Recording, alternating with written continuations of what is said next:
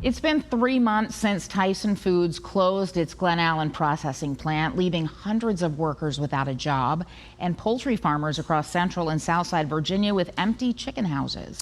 And the economic impact is already being felt by farmers and businesses in that area. Our Caroline Colburn takes us back to Triple R Farms, sharing the voices of those impacted and what they're asking state leaders to do to help.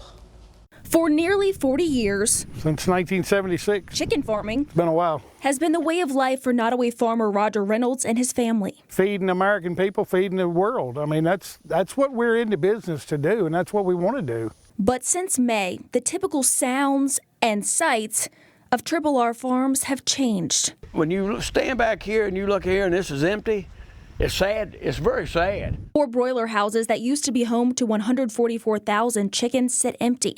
Reynolds' growing contract with Tyson Foods, no more. My daughter that run these houses, she's had to find other work. My youngest daughter that helped on the farm, she's had to find other work. It's a similar story for 32-year farmer Pete Watson. I still miss waking up in the middle of the night, looking at making sure everything's running. Tyson Foods paid out the 50 farmers impacted when their Glen Allen processing plant closed. But Watson and Reynolds' future is still uncertain. Generational poultry farming likely to be no more. I'm sitting down there with $1 million better in buildings it's empty. Well, it's going to cost me a fortune. It's basically 90% of my income is off chicken houses. What do the farmers in this area do? But it's not just the poultry farmers feeling the pain. From grain to natural gas, even equipment sales. The trickle-down effect is great. Dara Tucker's family business, Spalding Equipment, just celebrated its 75th year. Generations of staff selling tractors to farmers like Reynolds. But since the Tyson closure, they've already seen a 15% loss in gross sales. There are changes and drastic changes in Southside Virginia to some of what our farm landscape looks like. It's kind of a scary thought. When local businesses suffer, so does their county's tax revenue. For example, in 2017, Nottoway County exported $50 million worth of farm products, its largest industry. $40 million of that came from poultry and eggs. It's some of the poorest counties in the state. I mean, we're already struggling with economics, and now you take this away. It is an ongoing, fluid, hard conversations that we are having and decisions that we're going to have to make here very soon. Decisions like a potential tax rate hike for citizens, according to Nottoway Supervisor John Rourke. It's something he doesn't want to do and knows many can't afford. The cost for these required services like landfill, schools, police, fire and rescue, all of that is required, and none of that's getting cheaper. Rourke and leaders in Cumberland and Prince Edward counties have offered up extensive proposals and land to try to entice a new integrator to build a hatchery, feed mill, and processing plant in their communities. Nottoway even considering taking on debt service to make this happen.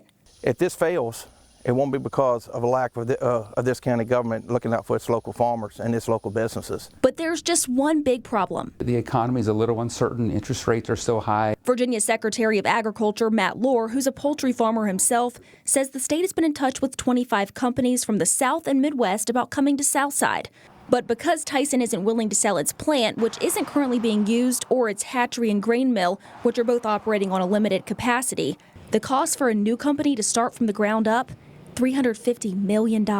We're trying to connect as many dots as we can and investing the resources, but it's a hard go right now. The state and the federal government is giving grants, tax incentives to all these other companies, distilleries, wineries, everything else, and his brother can get something on it. Secretary Lohr says his office is currently working on an economic impact study and potential grants that could be offered up to the first company that says yes. But we're looking at a couple of $1 million, and we're looking at a cost of $300 million. So it's still not enough, I think, to tip the scales. But we'll have to see kind of what the overall impact is actually going to be. But it will be substantial. Reynolds fears his time on his land could be running out. It's hard to keep a farm this size when you don't have income. But he's holding on to hope that a company will take a chance and invest in him and his community, keeping poultry farming in Southside Virginia and its heartland. Let's save the American farmer.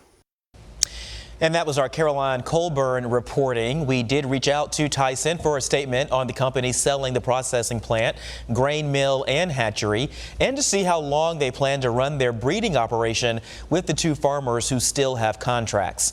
They say the Tyson Foods team has not yet made any decision on the future of these facilities, and our focus has been on ensuring that our team members and contract growers are taken care of.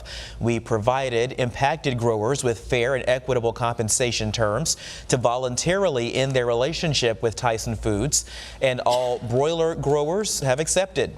We continue to use the feed mill and contract with breeder pullet growers to produce eggs for the Temperanceville complex. From the air to the racetrack, one